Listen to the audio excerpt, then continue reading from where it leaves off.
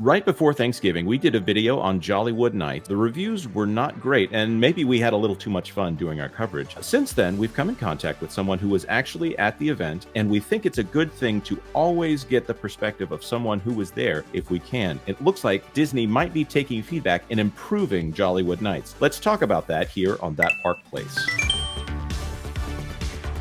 Welcome to That Park Place. I am Jonas J. Campbell. With me, as always, is my co-pilot, Vash Sky. And today, we have a guest, a special guest from the Shannon Ford channel. Shannon, you have awesome videos over on your channel covering Disney stuff.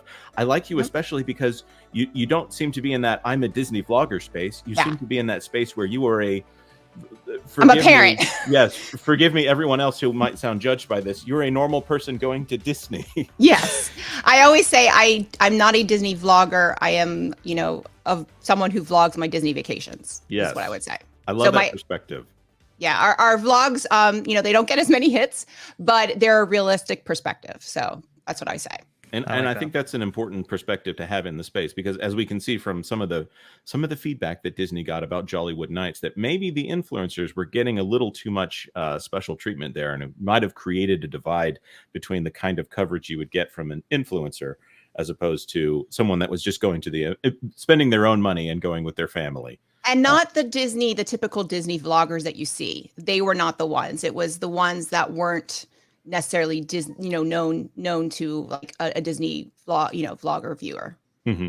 And I know, like, for instance, in your video, which I'm going to link in the description, several videos, because Shannon, you have your own channel. You're also a participant in the, am I saying this right, My DVC Points podcast? I co-host the DVC newscast. So yeah, but it's part of that community. All right. Well, we're going to make sure we put a link to that as well. Great. In that video, you ran into Tim Tracker, who's one of my favorite Disney vloggers. I've been actually watching him for years before I ever got into this space. But we're not here to talk about Tim Tracker. We're here to talk about Jollywood Nights. So in a brief summary, what is the best way to describe what happened with Jollywood Nights as opposed to other Disney ticketed events? Lack of planning.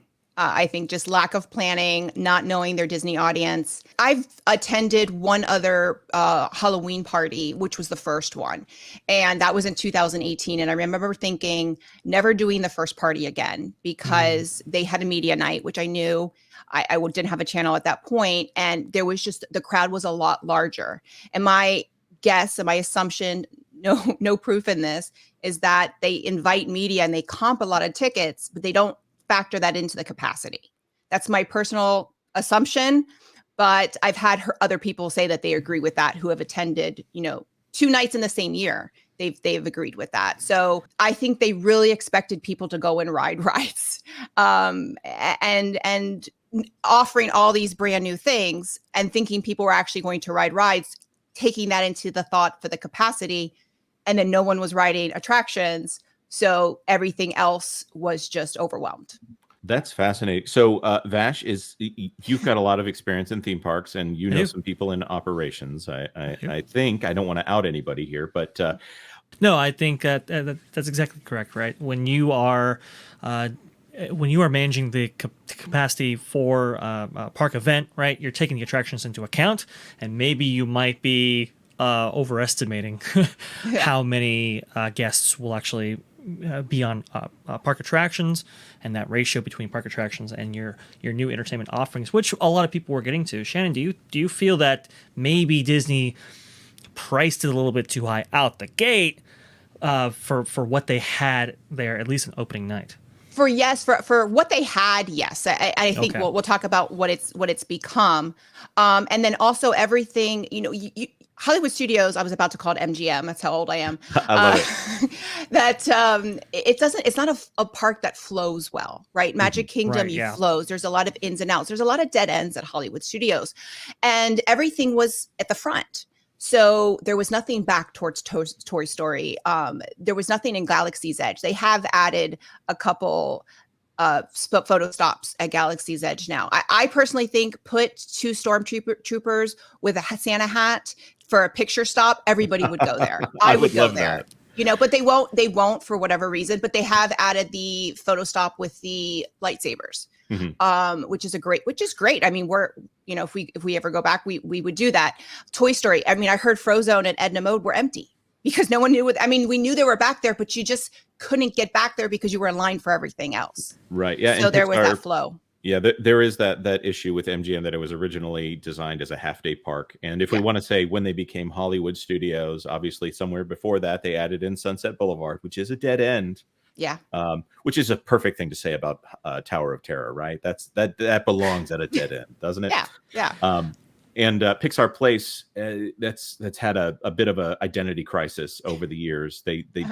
It's more that they seem to slap new labels on it every now and then, as opposed to really get into theming in that area. The issues that seem to be coming up in the past, one in particular, you talked about your son and you standing in line to get to meet Phineas and Ferb, one of the few rare characters that they had there. And this is the point at which influencers were more of an issue. We had seen it. I had seen it, and I had actually sat next to another influencer and her husband at the What's This show. And we had passed by Phineas Ferb earlier in the night, and they were quoting a 2-hour wait. So, and this was the thing that my son was since June. This was the only thing he wanted to do. Everything else was for me, and nothing for my husband. He just was there for the ride. But that was the only thing when I said, buddy, we're not waiting 2 hours. The party's only 4 hours. So we're going to come back.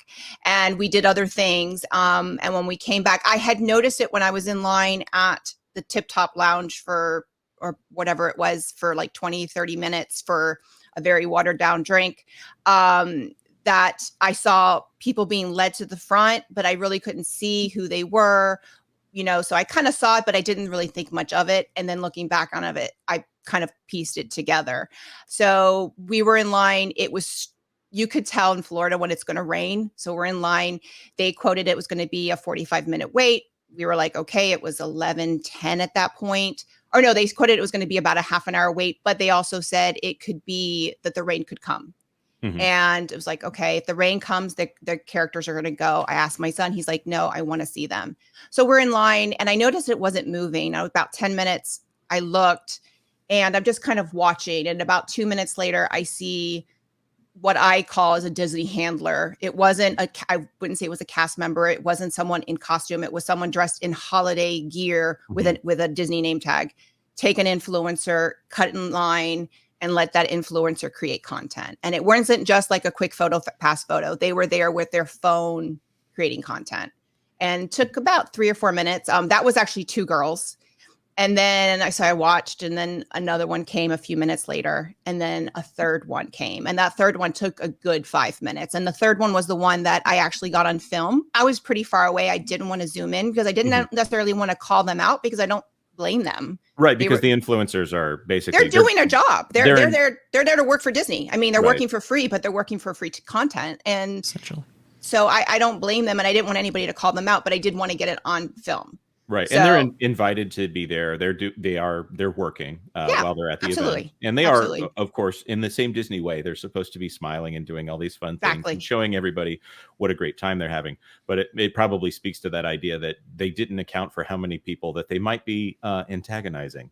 And there was one time where they cut in front of a mom with like a 4 and a 5-year-old, maybe a 5 and a 6-year-old, and the kids were. I mean, it's almost midnight. So I just couldn't, that was where I was like, I was shocked because that was, and there was just no like apology to the people. It was the cast members that were really apologizing but the people that like those handlers, the guests were not their concern. They were just pretty much disregarded, where the cast members, and you could tell the cast members were uneasy about it. They were, because they could see that the rain was coming. They could see people were complaining to them. What were they going to do? So it creates a lot of tension for sure. So in addition, there was a little bit of confusion. It sounds like you didn't have as much of this as other people, but there were lanyards and also wristbands. Oh, we did. I did. I did. Oh, okay. Yeah. But I also very, I can be very nice, but I can flip the switch pretty fast. So I had taken ours off because we did take a group photo, and the picture, the lanyard got in my son's face. So I took mine off, and when we checked in, they said you needed the wristband. I said, what's the lanyard for? They said it's an alternative form of ID. I was like, okay. And then we all ended up taking them off because they were kind of getting in the way. My son didn't want to wear it. And there was twice where I was told I couldn't go somewhere because I didn't have the lanyard. And I said, well, we had my son's 7, but we had brought a stroller. Mm-hmm. So, but we had left it at the front just so that we could, because it's 12:30 at night. He's going to be tired. That's some pro level parenting right there. We've brought the stroller because we want some place for a kid to collapse if they decide that they. Trust me, if I could be in it, I would do it too. Yeah, the alternative is carrying a child around the park, which some dads they're the up parking for that. Lot. Yeah, so, exactly. That's a long walk to be carrying a child. Mm-hmm. So we had parked it toward the front. We weren't using it, but we had parked it toward the front. We left the lanyards there. I said, I don't have it. It's at the front of the park, and they said, well, you need it. And I was like, this is ridiculous. So I just said, at one point I said, I'm going in. Mm-hmm. And I just walked in. I was like, what are they going to do?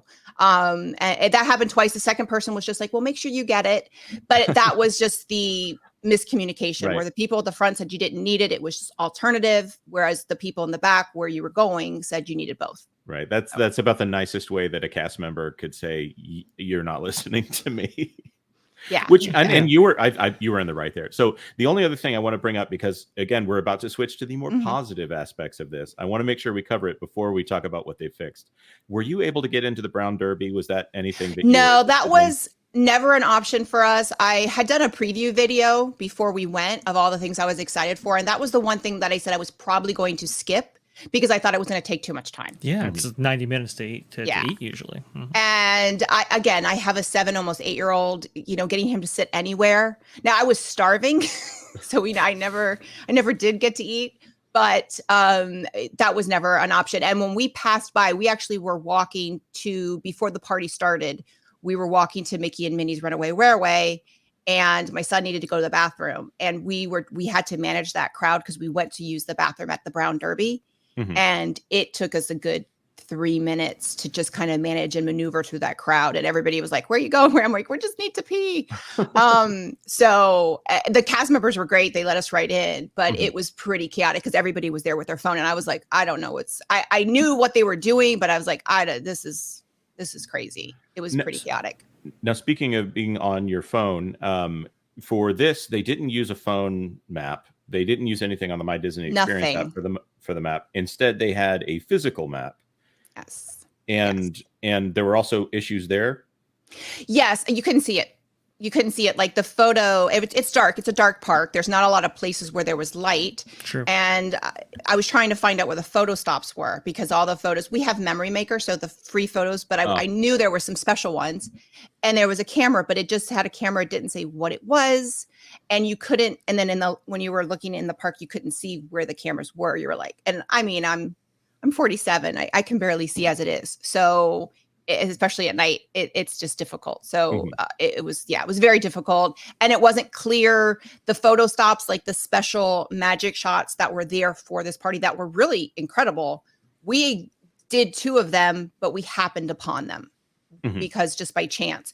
We did see one at 8:40, the one that has Ollie, I guess it is. We never saw Ollie, but the one that has Ollie and you're playing like the fake saxophone or whatever.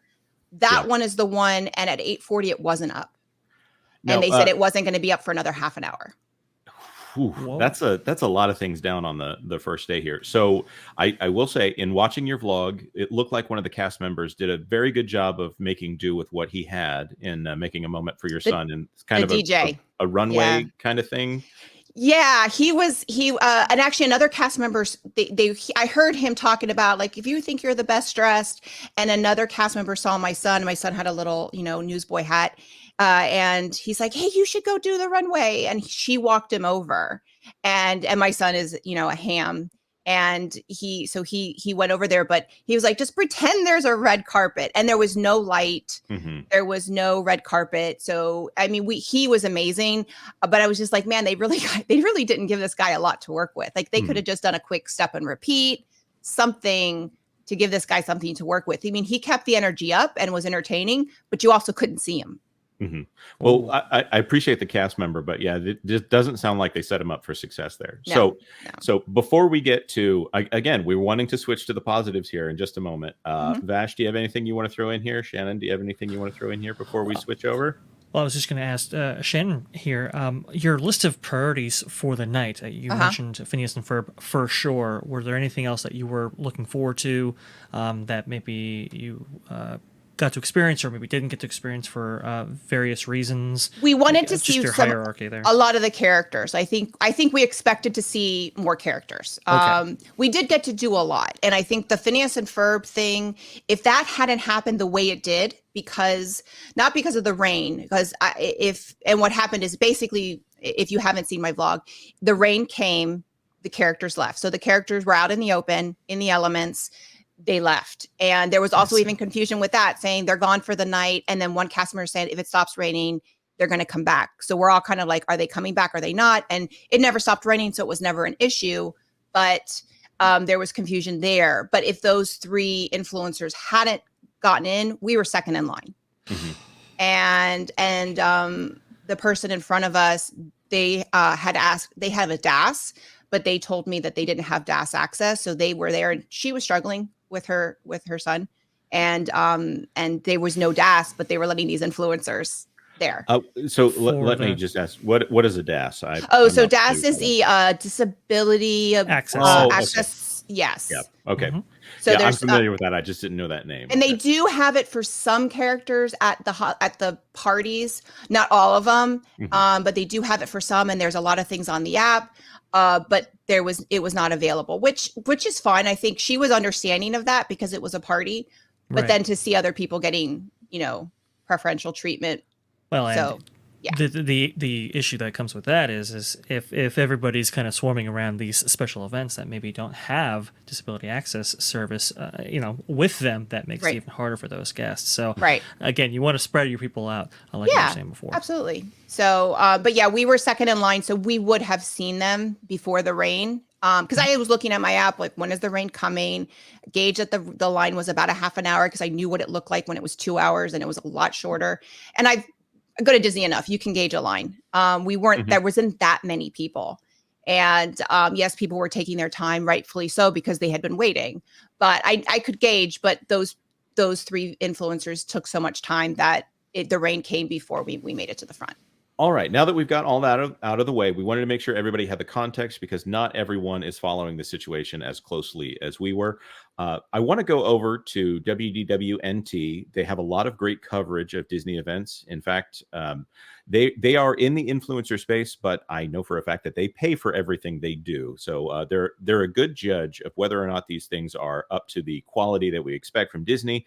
They also, Tom Corliss, who runs the site, does a very good job of keeping track of the history of how Disney has done here. His reviews on the Galactic Star Cruiser are unique in the space, and if you want to know more about that, he's probably one of the essential voices to get. So enough of fluffing that up, but WDWNT says that Disney is adding new Jollywood Nights check-in locations after the opening night complaints. It looks like there's some here at the Star Wars launch bay, which is different. The other one was, I don't remember the name of Vacation Fun. Now. Yeah, Vacation Fun, which, in my memory, it used to be Drew Carey, and before that, it was a Foley thing back from the MGM days. I think this is going to help a lot. Hopefully, they will also make it clearer whether or not you need a wristband and a lanyard, or just one or the other. I can see a problem there, saying either is fine, because then you can just split those up between 2 people. Right. And the first night, check-in, I guess, at the gates of the park. Pretty good, pretty okay. But if you were already in the park, that's where the problems were really found, right? Getting to the gate when we were in, we waited a good 10 minutes, but the errors, I think, were more guests, because a lot of guests were using like their Magic Band, but they didn't have the tickets linked. So that was a problem that we were seeing. Okay. Because I was kind of watching, and I mentioned that in my vlog, that it seemed to be more guest error, not the cast members' error. But they were managing it pretty well. And inside you had like an hour line, so adjusting this check-in process, well warranted for sure. Yes, and I would say the Disney of about 10 years ago, I think they would probably do a better job of making this idiot proof. Not that I'm calling anybody an idiot, but there is a thing to designing something to where even somebody who's not up to speed can get through it. And maybe with the My Disney Experience and Genie Plus, Disney's trended away from those kind of designs where it's easy, it's intuitive. So also, it looks like there's going to be a new reservation process for the Hollywood Brown Derby. We were getting lots of reports of people being told after a very long time that their tables were ready, only to end up in another line, maybe even an hour long at this 4-hour event. So they're burning they're burning an hour waiting, and then they're burning another hour waiting for their table, and that's not even counting the service time, the meal. Yes. So I think they're making improvements here. There's probably not a ton to comment on there, but this one would be most important to me if I was going with kids. It looks like they're adding multiple rare character meet and greets. We see Duffy, who, as we see from all of their financial filings, they're going to be focusing on Duffy more, and I think that's great. Specifically, Santa Duffy. He's a great character. He's one of those Disney park-specific IPs. You can later on they'll be adding him to Mickey Mouse Clubhouse, but always love Duffy. And of course, also, there's Santa Stitch. My kids would love that. And Jiminy Cricket, which, Pinocchio is not a Christmas movie, but he just fits perfectly into that. So I don't know if your son would be interested in any of these characters, but he's obsessed with Duffy. He is obsessed with Duffy. He discovered Duffy during the pandemic when he was just watching YouTube. I think he was 4 or 5 at the time. So he has been trying to convince us for the last 3 years to go to Japan.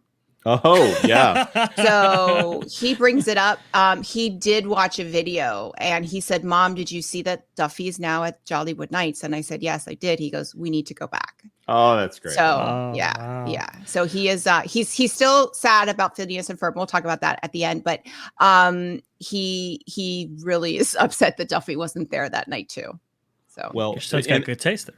And the stuff that they do with Duffy in Japan is probably the reason why Disney is bringing Duffy back to the parks now. So another feather in their cap. Hopefully they do this right. They are modifying the Jollywood Nights map and trying to make it more clear to guests where they need to go. This is, again, one of those design things where you need to make it as clear as possible for guests. It sounds like they probably don't have time to design an app experience here, but their new maps. Yeah, they didn't use anything. Like there were no, because usually with the parties, we went to the Halloween party, you could get in and see where the characters were, which characters were out.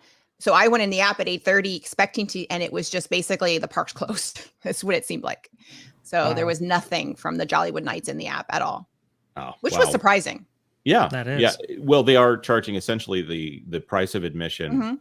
And then again for the evening event. So they're getting a lot of money for these events. Now they are, of course, giving out what sounds like watered down drinks, and they are doing some special procedures here and some special events. But at the same time, they've already got the cast members there. There are some special things, but they're probably making a much higher margin off of these special events than they are off of the normal park operating procedure. For sure. Right?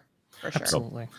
And this is amazing to me. Even after all of that, we're seeing more dates sell out for Jollywood Nights. So it sounds like whether or not any of these changes have had an effect, people are going to go and check this out anyways. I don't think this is influencers going because they want to give them a bad review.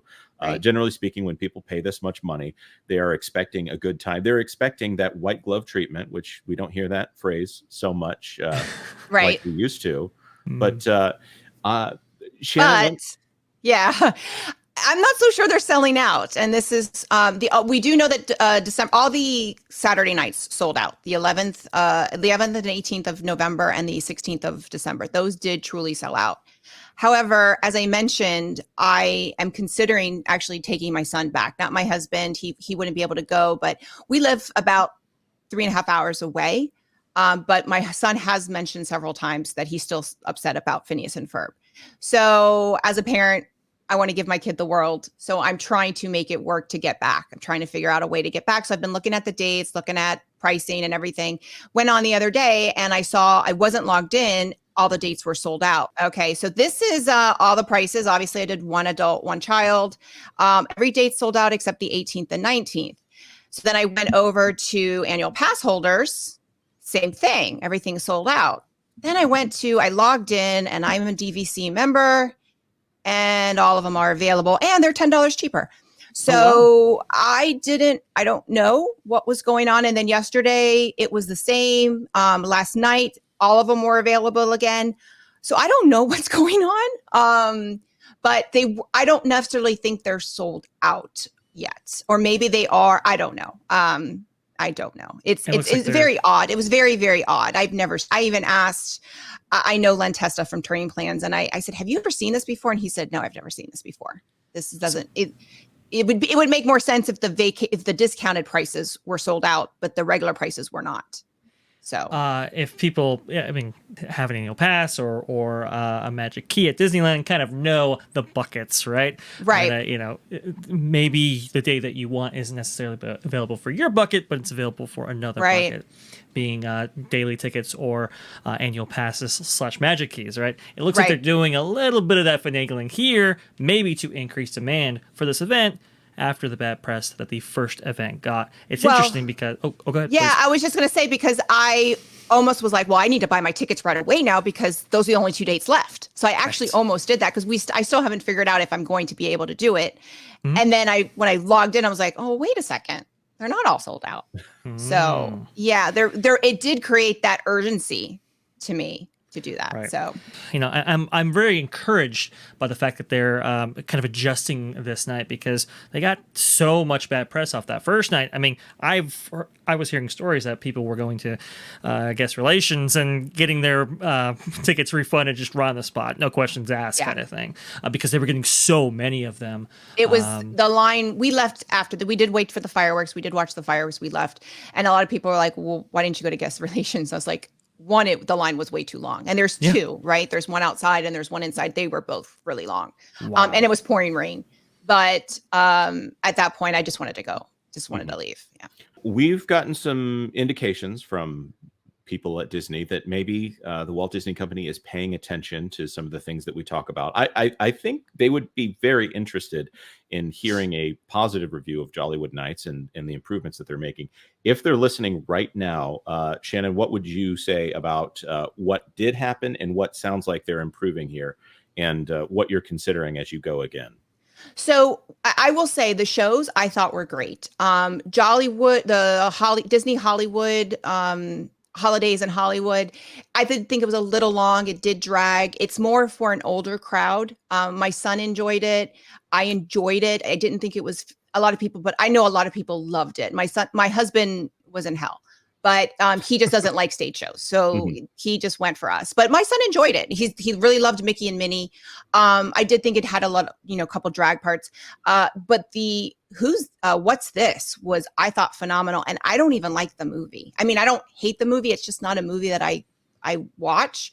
Sure. But my son was enthralled with it. I mean, it was really good. And and my husband really enjoyed it. So for him to go to something and think we left and we're like, wow, that was really good. It sounds like there's still a possibility you're going to go back. And yes, if you do go back, I would love to have you back on the channel to talk about your experience. In the meantime, do you want to tell people where they can find you? Sure. So my channel is just Shannon Ford. I find that a lot of people find me by typing Shannon Ford Disney. So because I do have a lot of Disney and DVC content, my biggest series on my channel is the best and worst rooms at all the Disney resorts. So I have a different video for every Disney resort and rooms that you can request, how to request them, and where I think there's some special rooms in certain categories. So that's one of my biggest series. I also do some Disney cruises, also Royal Caribbean as well. So all of that is on that channel. I'll do some vlogging, just local stuff too. I live in South Florida. And then if you happen to be interested in makeup content, I do have a beauty channel because somehow that happened and I broke off and did a separate beauty channel. So I have a channel called Shannon Loves Makeup as well. So I have 2 channels, and a wife and a mom and a full-time job. So we'll make sure you send me the links and I'll put them all in the description. Absolutely. Thank you. So to our viewers, thank you so much for sticking around. This has been a deeper dive than I thought we were going to get, but I've enjoyed every minute of it. Like this video. If you like this video, share it out on social media if you know someone who might be interested in what we've been talking about. And of course, if you personally like it, consider subscribing to That Park Place for all the news that should be fun. Thanks for watching That Park Place News. For more information, consider checking out www.thatparkplace.com. And don't forget to subscribe, share, like, and send this out on your favorite social media accounts.